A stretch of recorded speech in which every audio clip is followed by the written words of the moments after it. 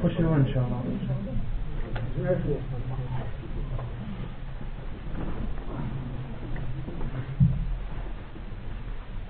Les jeunes qui sont au fond, approchez-vous, Inch'Allah.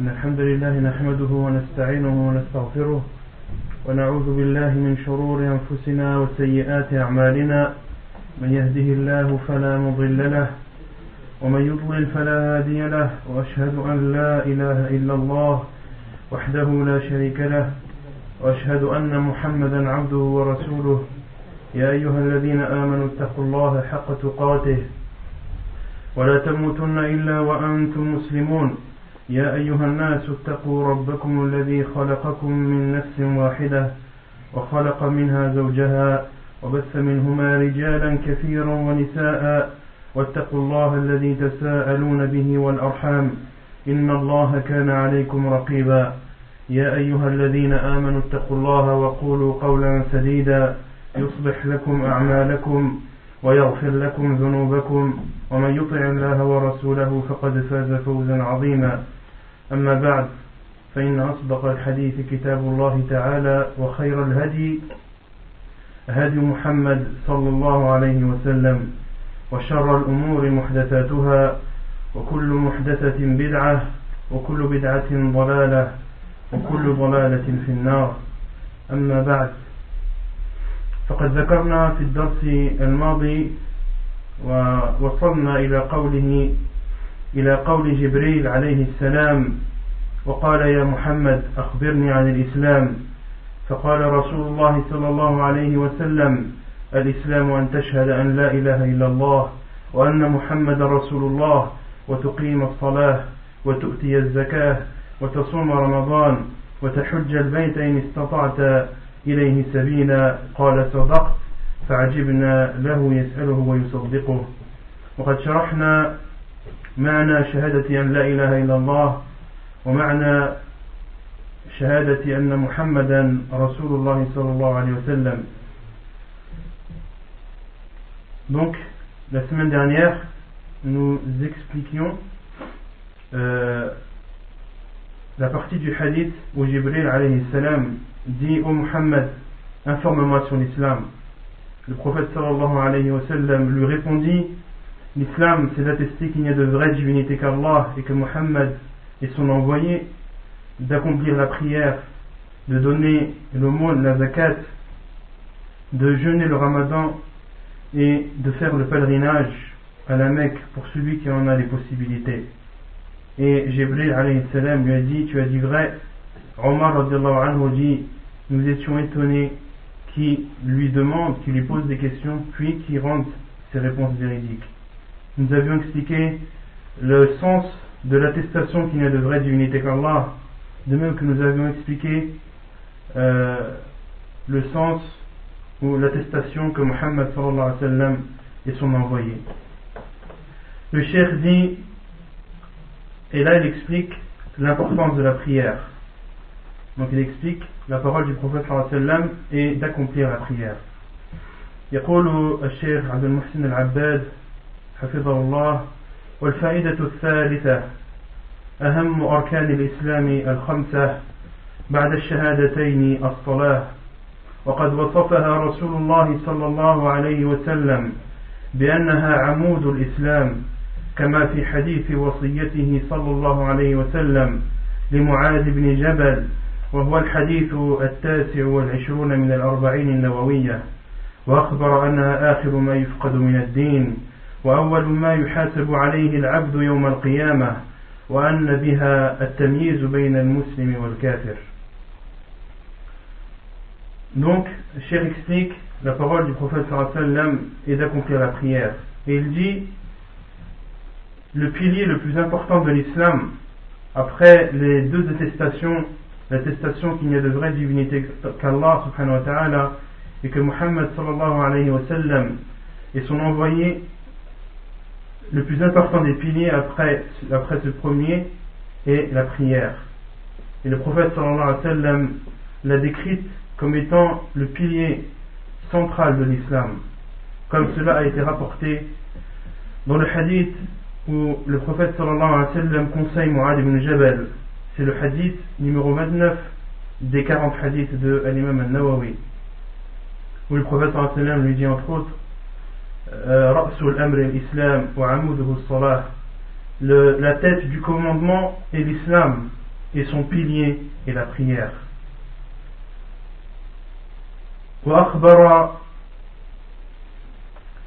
et il a également informé le prophète sallallahu alayhi wa sallam que c'est la dernière chose qu'un musulman peut perdre dans sa religion. La dernière chose qu'un musulman peut perdre dans sa religion est la prière, tellement elle est importante. De même que c'est la première chose sur laquelle chacun d'entre nous sera questionné le jour du jugement. Et de même que le prophète sallallahu alayhi wa sallam a dit que c'était la prière qui différenciait le musulman du non-musulman. ومما يدل على أهمية شأن الصلاة أيضا أن الله فرض الصلوات الخمس على رسول الله صلى الله عليه وسلم ليلة الإسراء وهو في السماء كما جاء ذلك في أحاديث الإسراء. Ce qui prouve également l'importance de la prière, c'est qu'Allah subhanahu wa ta'ala l'a ordonné au prophète sallallahu alayhi wa sallam la nuit de l'ascension alors qu'il était dans les cieux, comme cela a été rapporté dans les hadiths qui stipulent ou qui racontent l'ascension du prophète sallallahu alayhi wa sallam. وقد اخترت أن أقرأ عليكم حديث الإسراء لعلكم ما سمعتموه من أوله إلى آخره فسنقرأه عليكم مع شيء من الفوائد. Et donc j'ai choisi de vous citer ce hadith, le hadith de l'ascension du prophète sallallahu alayhi wa sallam dans les cieux, pour son importance et aussi parce que je pense que la plupart d'entre vous ne l'ont jamais entendu du début à la fin. وسنذكر رواية أنس بن مالك رضي الله عنه التي رواها البخاري في صحيحه. قال أنس بن مالك رضي الله عنه أن النبي صلى الله عليه وسلم حدثهم عن ليلة أسري به. قال بينما أنا في الحطيم وربما قال في الحجر مضطجعا إذ أتاني آت فقد قال وسمعته يقول فشق ما بين هذه وهذه فقلت للجارود وهو من أصحاب أنس بن مالك رضي الله عنه وهو إلى جنبي ما يعني به قال له ما يعني به أي لما أشار أنس أن النبي صلى الله عليه وسلم شق وقال بين هذه وهذه قال من ثغرة نحره إلى شعرته وسمعته يقول من قصه إلى شعرته فاستخرج قلبي ثم أوتيت بطست من ذهب مملوءة إيمانا فغسل قلبي ثم حشي ثم أعيد ثم أوتيت بدابة دون البغل وفوق الحمار أي أبيض. Donc, comme je vous l'ai dit, j'ai décidé de vous lire ce hadith et je vais vous lire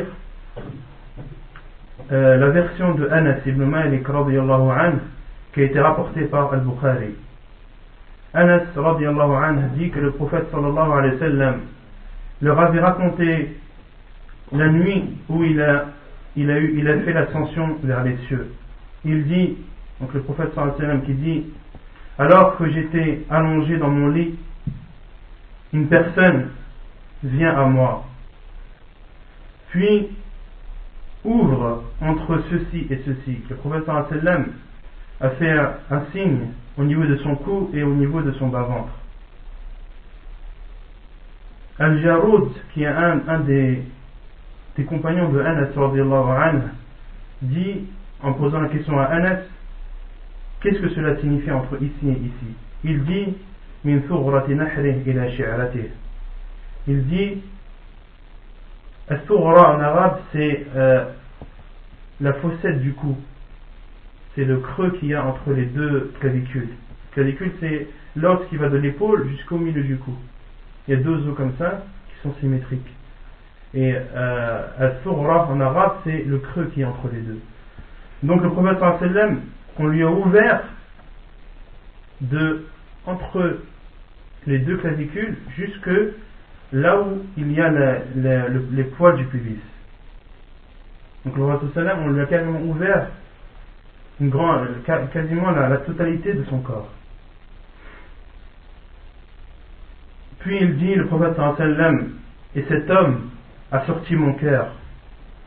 Puis ils ont amené un récipient d'or qui était plein de foie.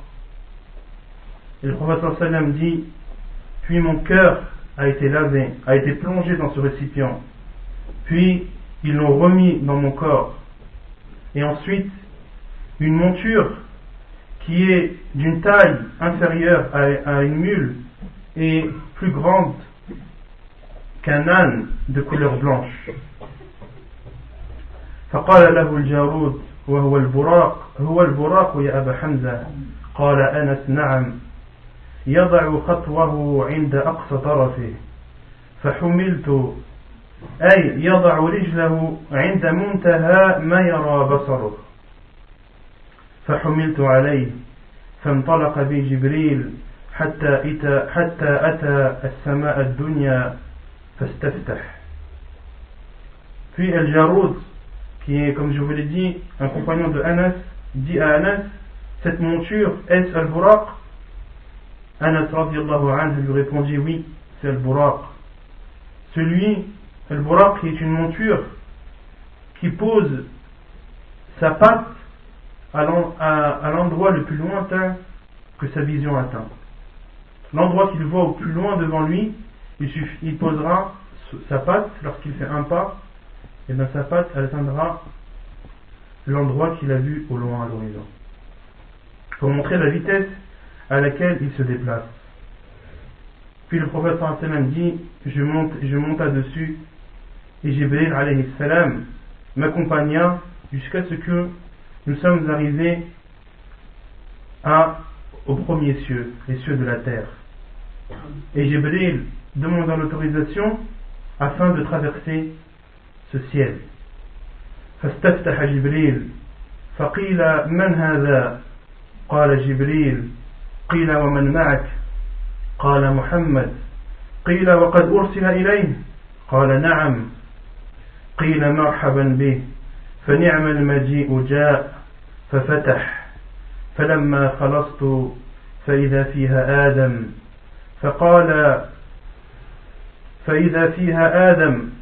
فقال جبريل للنبي صلى الله عليه وسلم هذا أبوك آدم فسلم عليه فسلمت عليه فرد السلام ثم قال مرحبا بالابن الصالح والنبي الصالح. Puis Jibril alayhi salam, en accompagnant le prophète sallallahu alayhi wa sallam, après avoir atteint le premier ciel, Jibril demanda l'autorisation à ce que ce ciel s'ouvre afin qu'il passe suivre le prophète sallallahu alayhi wa sallam. Après chaque limite de chaque ciel, il y a un ange qui guette. Et personne ne peut traverser un ciel, passer du premier au second, sans que cet ange n'ouvre les portes et sans que la personne qui veut monter n'ait l'autorisation. Donc Jibril demanda l'autorisation et l'ange lui dit, qui est-ce? Il répondit, c'est Jibril. On lui dit alors, qui est avec toi? Jibril répondit, Mohammed. L'ange dit, est-ce qu'il a une autorisation? Jibril répondit, oui. L'ange dit alors, bienvenue à lui. Quelle bonne personne qui vient. Puis il ouvrit le ciel. Et lorsque le prophète sallallahu alayhi wa sallam le traversa, il vit Adam alayhi salam. Jibril lui dit, cet homme est Adam, ton père, va et salue-le. Le prophète sallallahu alayhi wa sallam le salua et Adam alayhi salam lui renda le salut. Et il dit, Adam dit au prophète sallallahu alayhi wa sallam, bienvenue à mon fils vertueux et au prophète vertueux. ثم صعد حتى أتى السماء الثانية فاستفتح قيل من هذا قال جبريل قيل ومن معك قال محمد قيل وقد أرسل إليه قال نعم قيل مرحبا به فنعم المجيء جاء ففتح فلما خلصت إذا يحيى وعيسى عليهما السلام وهما ابن خاله قال هذا يحيى وعيسى فسلم عليهما فسلمت فرد ثم قال مرحبا بالأخ الصالح والنبي الصالح. Puis le prophète sallallahu alayhi wa sallam ainsi que Jibril continuèrent leur ascension vers le deuxième ciel. Jibril alayhi salam demanda la permission afin de traverser le premier ciel pour atteindre le second. L'ange lui dit qui est-ce? Il dit c'est Jibril. L'ange lui demande qui est avec toi? Jibril alayhi salam répondit c'est Muhammad. As-tu une autorisation? Oui. Puis l'ange dit bienvenue à lui et quel bon compagnon qui vient. Puis il ouvrit le deuxième ciel. Le prophète sallallahu alayhi wa sallam traversa puis arriva et vit Yahya et Isa alayhim salam. Yahya et Isa sont deux cousins de tante maternelle. Isa et Yahya sont deux cousins de tante maternelle. Jibril alayhi salam dit au prophète sallallahu alayhi wa sallam, ce sont Yahya et Isa, salue-les. Le prophète sallallahu alayhi wa sallam les salua, ils lui ont rendu le salam, puis ils ont dit bienvenue à notre frère vertueux et au prophète vertueux. ثم صعد بي إلى السماء الثالثة فاستفتح قيل من هذا قال جبريل قيل ومن معك قال محمد قيل وقد أرسل إليه قال نعم قيل مرحبا به فنعم المجيء جاء ففتح فلما خلصت إذا يوسف عليه السلام قال هذا يوسف فسلم عليه فسلمت عليه فرد ثم قال مرحبا بالأخ الصالح والنبي الصالح. Puis le prophète sallallahu alayhi wa sallam continua son ascension et arrivant au troisième ciel, Jibril alayhi salam demanda la permission. L'ange lui posa les mêmes questions puisqu'à chaque fois c'est un ange différent. Qui est-ce? C'est Jibril. Avec qui es-tu? Muhammad. Avec Muhammad. As-tu une autorisation? Oui. Il lui ouvrit et lui dit bienvenue à lui, quel bon compagnon. Le prophète sallallahu alayhi wa sallam vit alors Yusuf alayhi salam. Jibril lui dit c'est Yusuf, va le saluer.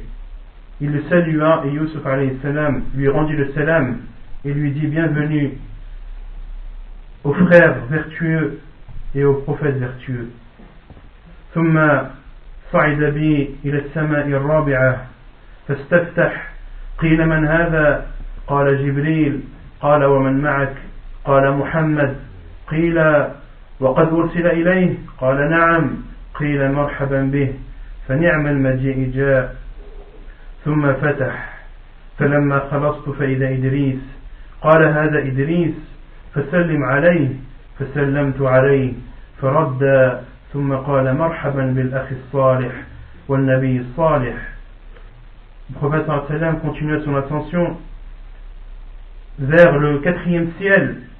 Jibril demanda la permission et après l'avoir eu et que l'ange ait dit à Jibril au prophète sallallahu alayhi wa sallam bienvenue à toi, le prophète sallallahu alayhi wa sallam vit Idris alayhi salam et le salua. Idris alayhi salam lui renda le salut et lui dit bienvenue à toi, bienvenue aux frères vertueux et aux prophètes vertueux. ثم صعد بي حتى أتى السماء الخامسة فاستفتح قيل من هذا قال جبريل قيل ومن معك قال محمد صلى الله عليه وسلم قيل وقد أرسل إليه قال نعم قيل مرحبا به فنعم المجيء جاء فلما خلصت فإذا هارون عليه السلام قال هذا هارون فسلم عليه فسلمت عليه فرد ثم قال مرحبا بالأخ الصالح والنبي الصالح. Puis le prophète sallallahu alayhi wa sallam continua son ascension vers le 5e ciel. Jibril, après avoir demandé la permission, et l'ange, après lui avoir accordé, le prophète sallallahu alayhi wa sallam vit Haroun alayhi salam, qui est le frère de Moussa alayhi salam. Le prophète sallallahu alayhi wa sallam le salua, Haroun lui rendit le salam et lui dit bienvenue à toi, bienvenue aux frères vertueux et aux prophètes vertueux. ثم صعد بي حتى أتى السماء السادسة فاستفتح قيل من هذا قال جبريل قيل من معك قال محمد قيل وقد أرسل إليه قال نعم قال مرحبا به فنعم المجيء جاء فلما خلصت فإذا موسى عليه السلام قال هذا موسى فسلم عليه فرد السلام ثم قال مرحبا بالأخ الصالح والنبي الصالح. ثم قال النبي صلى الله عليه وسلم فلما تجاوزت بكى أي بكى موسى عليه السلام قيل له ما يبكيك قال أبكي لأن غلاما بعث بعدي يدخل الجنة من أمته أكثر ممن يدخل من أمتي. وقد ذكر الحافظ ابن حجر رحمه الله تعالى تعليقا على كلام موسى عليه السلام فقال أي الحافظ لم يكن بكى موسى عليه السلام حسدا معاذ الله فإن الحسد منزوع في ذلك العالم عن أحد المؤمنين فكيف بمن اصطفاه الله تعالى بل كان آسفا أي موسى كان آسفا على ما فاته من الأجر الذي يترتب عليه رفع الدرجة بسبب ما وقع من أمته من كثرة المخالفة المقتضية لتنقيس أجورهم المستلزم التنقيس لأجره عليه السلام لأن كل نبي مثل أجر كل من اتبعه من أمته. انتهى كلام الحافظ رحمه الله. Puis le prophète sallallahu alayhi wa sallam continua son ascension vers le 6e ciel. Après que Jibril ait eu l'autorisation de le traverser, le prophète sallallahu alayhi wa sallam vit Moussa alayhi salam. Il le salua et Moussa alayhi salam lui rendit le salut et lui dit bienvenue aux frères vertueux et aux nabis vertueux. Puis le prophète sallallahu alayhi wa sallam, lorsqu'il s'apprêta à passer le 6e ciel et à arriver au 7e, Moussa alayhi salam se mit à pleurer. On lui dit pourquoi pleures-tu? Il dit je pleure car un enfant qui a été envoyé après moi, et l'enfant lorsque Moussa alayhi salam dit l'enfant, il parle du prophète sallallahu alayhi wa sallam.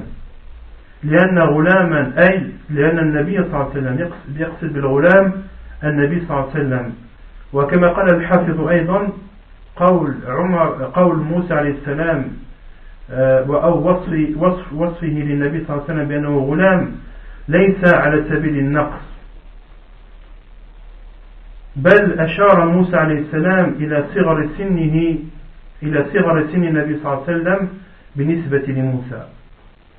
Donc Moussa alayhi salam, lorsqu'il dit cet enfant, en parlant du prophète sallallahu alayhi wa sallam, ce n'est en aucun cas pour rabaisser le prophète sallallahu alayhi wa sallam, mais il a seulement dit cela pour montrer la différence d'âge qu'il y a entre eux, entre Moussa alayhi salam et le prophète sallallahu alayhi wa sallam. Pourquoi pleures-tu? Il répondit je pleure car un enfant qui a été envoyé après moi, les personnes de sa communauté seront plus nombreuses à entrer au paradis que ceux de la mienne. Et le Hafid ibn Hajar explique, Hafid ibn Hajar qui est un grand savant rahimahullah, qui a expliqué le Sahih al-Bukhari du début à la fin. Et son explication est la meilleure explication qui est présente de Sahih al-Bukhari.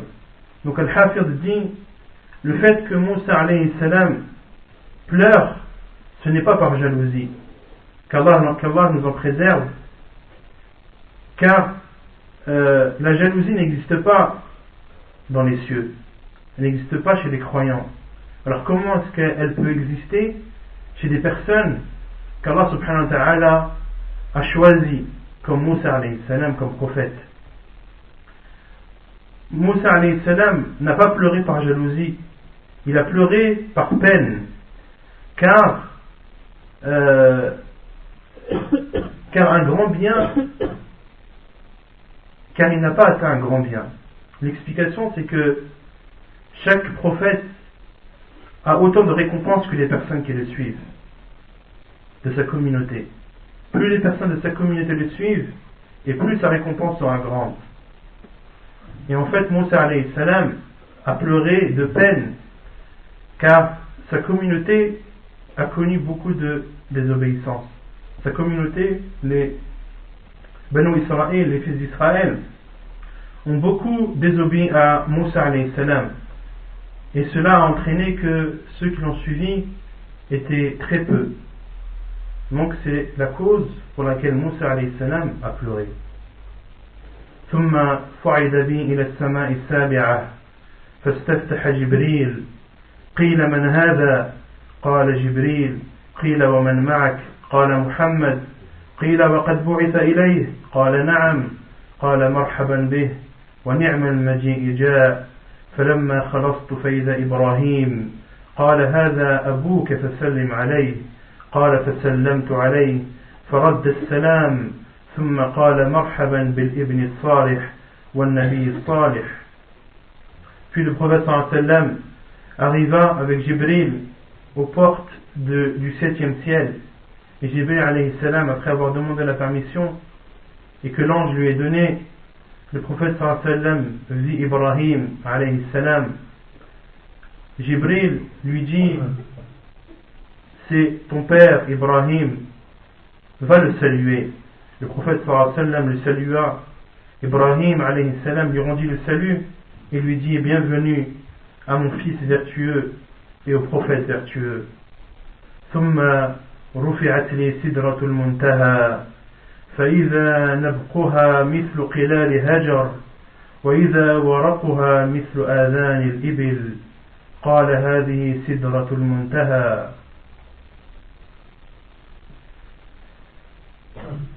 Puis le prophète sallallahu alayhi wa sallam continua son ascension et il arriva à un arbre qui s'appelle Sidratul Muntaha, que nous pouvons traduire textuellement par le jujubier céleste. Le jujubier qui est un arbre avec beaucoup de feuillage et qui a pour fruit le jujube. Et le jujube a une forme qui ressemble à des dattes. Le jujube est un fruit qui ressemble à des dattes. Et le prophète sallallahu alayhi wa sallam dit que ces fruits étaient très grands et que ces feuilles ressemblaient à des oreilles d'éléphant. Et Jibril alayhi salam lui dit, c'est le jujubier céleste. وإذا أربعة أنهار نهران باطنان ونهران ظاهران فقلت ما هذان يا جبريل؟ قال أما الباطنان فنهران من الجنة وأما الظاهران فالنيل والفرات. Puis le prophète sallallahu alayhi wa sallam vit au pied de cet arbre du jujubier céleste, il vit 4 rivières, 2 rivières apparentes et 2 rivières cachées. Le prophète sallallahu alayhi wa sallam dit à Jibril, quelles sont ces 2 rivières? Jibril alayhi salam lui répondit, quant aux 2 rivières qui sont cachées, ce sont 2 rivières du paradis. Et les 2 rivières qui sont voyantes, ce sont le Nil et l'Euphrate.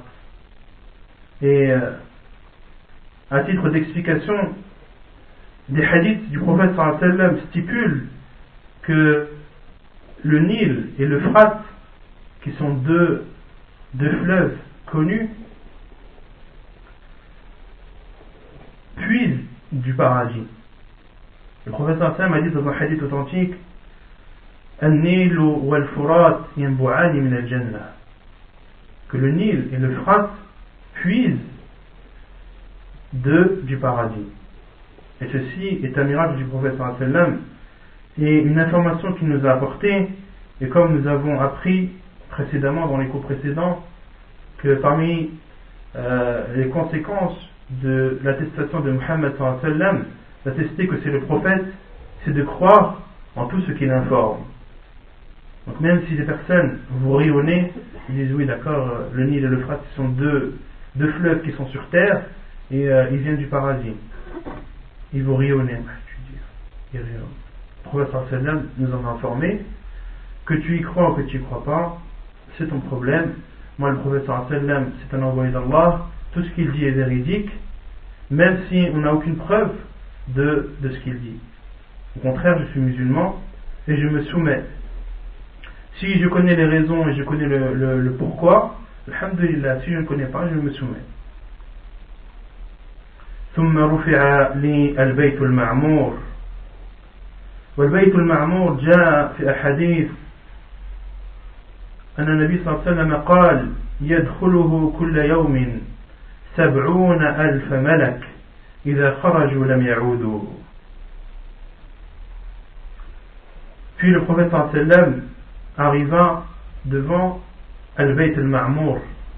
Al-Bayt al-Ma'mour, qui est un endroit où le prophète sallallahu alayhi wa sallam a informé dans d'autres hadiths que dans cet endroit-là, dans Al-Bayt al-Ma'mour, chaque jour y entre 70 000 anges pour y prier. Et lorsqu'ils y sortent, ils n'y retournent plus. Les 70 000 anges qui ont prié un jour en sortent et n'en reviennent plus. C'est-à-dire qu'à chaque fois, il y a 70 000 anges différents. Et les savants ont utilisé entre autres ce hadith pour dire que personne ne connaît le nombre d'anges qui existent. Personne ne peut savoir. Car tous les jours, il y a 70 000 anges qui est pris. Mais le Bayt al-Ma'mour, quand est-ce qu'elle a été créée? Depuis quand elle existe? Allah, personne ne sait. Donc personne ne peut donner un chiffre exact du nombre des anges qui existent. ثم أوتيت بإناء من خمر وإناء من لبن وإناء من عسل فأخذت اللبن فقال أي جبريل هي الفطرة أي الإسلام التي أنت عليها وأمتك. Puis le prophète sallallahu alayhi wa sallam, on lui a apporté 3 récipients, un où il y avait du vin, un autre où il y avait du lait et un troisième où il y avait du miel. Le prophète sallallahu alayhi wa sallam prit celui où il y avait du lait. Jibril alayhi salam lui dit: ceci est la fitra, c'est-à-dire l'islam, sur laquelle tu es toi et ta communauté. ثم فرضت علي الصلوات 50 صلاة كل يوم فرجعت فمررت على موسى فقال بما أمرت قال أمرت ب50 صلاة كل يوم قال إن أمتك لا تستطيع 50 صلاة كل يوم وإني والله جربت الناس قبلك وعالجت بني إسرائيل أشد المعالجة فارجع إلى ربك فاسأله التخفيف لأمتك فرجعت. Puis le prophète sallallahu alayhi wa sallam dit: et ensuite il m'a été prescrit 50 prières tous les jours. Puis le prophète sallallahu alayhi wa sallam revena et il rencontra Moussa alayhi salam. Moussa alayhi salam lui demanda: que t'a-t-il été prescrit? Le prophète sallallahu alayhi wa sallam lui répondit: il m'a été prescrit 50 prières tous les jours. Moussa alayhi salam lui répondit: ta communauté ne pourra pas tenir, ne pourra pas résister à 50 prières tous les jours. Et je jure par Allah que j'ai l'expérience des gens avant toi. Et j'ai essayé de résoudre, et j'ai fait de mon mieux pour résoudre ces problèmes avec les fils d'Israël, la communauté de Moussa alayhi salam. Puis Moussa alayhi salam lui dit: retourne chez ton Seigneur et demande-lui qu'il rabaisse et qu'il soit plus indulgent envers ta communauté. Le prophète sallallahu alayhi wa sallam revena chez Allah subhanahu wa ta'ala. فوضع عني 10 فرجعت إلى موسى فقال مثله. Puis Allah subhanahu wa ta'ala a baissé de 10 le nombre des prières. Le prophète sallallahu alayhi wa sallam retourna chez Moussa qui lui dit la même chose. فرجعت فوضع عني 10 فرجعت إلى موسى فقال مثله. Je suis retourné, le prophète sallallahu alayhi wa sallam dit, je suis retourné et Allah subhanahu wa ta'ala a encore baissé le nombre de 10. Je retourna chez Moussa qui me dit la même chose. فرجعت فوضع عني 10 فرجعت إلى موسى فقال مثله. Donc là on est arrivé à 20. Le prophète sallallahu alayhi wa sallam retourna chez Allah subhanahu wa ta'ala qui baissa le nombre encore de 10. Il retourna chez Moussa alayhi salam qui lui répondit la même chose. فرجعت فأمرت ب10 صلوات كل يوم فرجعت فقال مثله. Puis le prophète sallallahu alayhi wa sallam est retourné une autre fois et Allah subhanahu wa ta'ala lui a encore baissé le nombre de 10 et lui dit, il a dit à Moussa alayhi salam, on m'a prescrit, ou Allah subhanahu wa ta'ala m'a prescrit 10 prières par jour. Et Moussa alayhi salam lui répondit la même chose. Le prophète sallallahu alayhi wa sallam dit فرجعت فأمرت ب5 صلوات كل يوم فرجعت إلى موسى فقال بما أمرت قلت أمرت ب5 صلوات كل يوم قال إن أمتك لا تستطيع 5 صلوات كل يوم وإني قد جربت الناس قبلك وعالجت بني إسرائيل أشد المعالجة فارجع إلى ربك فاسأله التخفيف لأمتك قال سألت ربي حتى استحييت ولكن أرضى وأسلم قال فلما جاوزت ناداني مناد أي ناداه الله تبارك وتعالى أمضيت فريضتي وخففت عن عبادي. وقد جاءت في رواية لمسلم أن الله سبحانه وتعالى قال حتى قال الله يا محمد هي 5 صلوات في كل يوم وليلة كل صلاة ب10 فتلك 50 أي فتلك 50 في الأجر ومن هم بحسنة فلم يعملها كتبت له حسنة. Puis le prophète sallallahu alayhi wa sallam retourna chez Allah subhanahu wa ta'ala qui lui ordonna d'accomplir 5 prières. D'accomplir 5 prières par jour. Le prophète sallallahu alayhi wa sallam retourna chez Moussa alayhi salam et lui dit: que t'a-t-il été prescrit? Le prophète sallallahu alayhi wa sallam lui répondit: il m'a été prescrit 5 prières par jour. Moussa alayhi salam lui dit: ta communauté ne pourra pas tenir 5 prières par jour. Et j'ai l'expérience des gens et j'ai essayé d'arranger les problèmes avec les fils d'Israël autant que je l'ai pu. Retourne chez ton Seigneur et demande-lui qu'il rabaisse encore ta communauté. Le prophète sallallahu alayhi wa sallam lui répondit: j'ai demandé à mon Seigneur à tel point que j'ai honte et maintenant je suis satisfait et je suis soumis à cette prescription. Puis le prophète sallallahu alayhi wa sallam dit: je suis parti et ensuite une voix m'a dit, c'est Allah subhanahu wa ta'ala qui l'a parlé, amdaytu faridati wa khaffaftu an ibadi. Mon commandement restera, c'est-à-dire les 5 prières, et j'ai rabaissé, et j'ai allégé envers mes serviteurs. Et dans une version de Muslim, Allah subhanahu wa ta'ala a dit: Ô Muhammad, ce sont 5 prières que tu accompliras le jour et la nuit. Chaque prière sera multipliée par 10. Le total est donc de 50. C'est-à-dire que tu accompliras 5 prières et tu auras la récompense de 50. Car en accomplissant une prière, tu as la récompense de 10. Donc en accomplissant 5 prières, tu auras la récompense de 50. Et celui, donc Allah subhanahu wa ta'ala dit au prophète sallallahu alayhi wa sallam, et celui qui a l'intention de faire une bonne action sans qu'il la fasse, je lui accorderai une bonne action. Je lui compterai une hasana. وهناك فائدة ذكرها الحافظ ابن حجر لما قال الله سبحانه وتعالى: أمضيت فريضتي وخففت عن أمتي. قال الحافظ: وهذا من أقوى ما استدل به على أن الله سبحانه وتعالى كلم نبيه محمدا صلى الله عليه وسلم ليلة الإسراء بغير واسطة. Et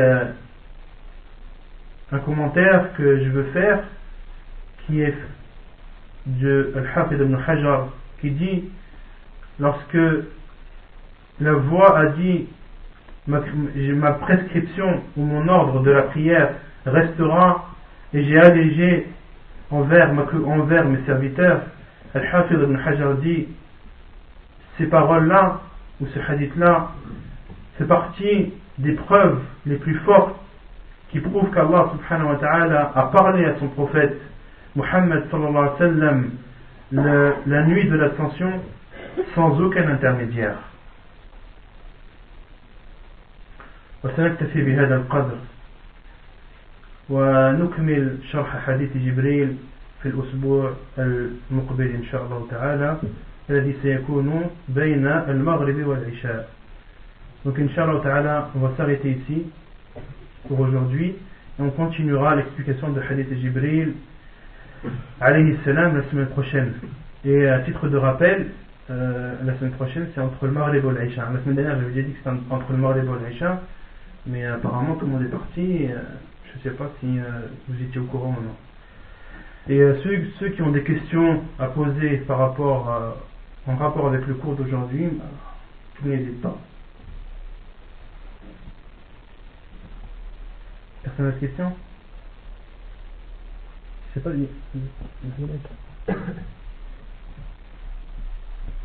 Pas de questions? سبحانك اللهم وبحمدك أشهد أن لا إله إلا أنت أستغفرك وأتوب إليك.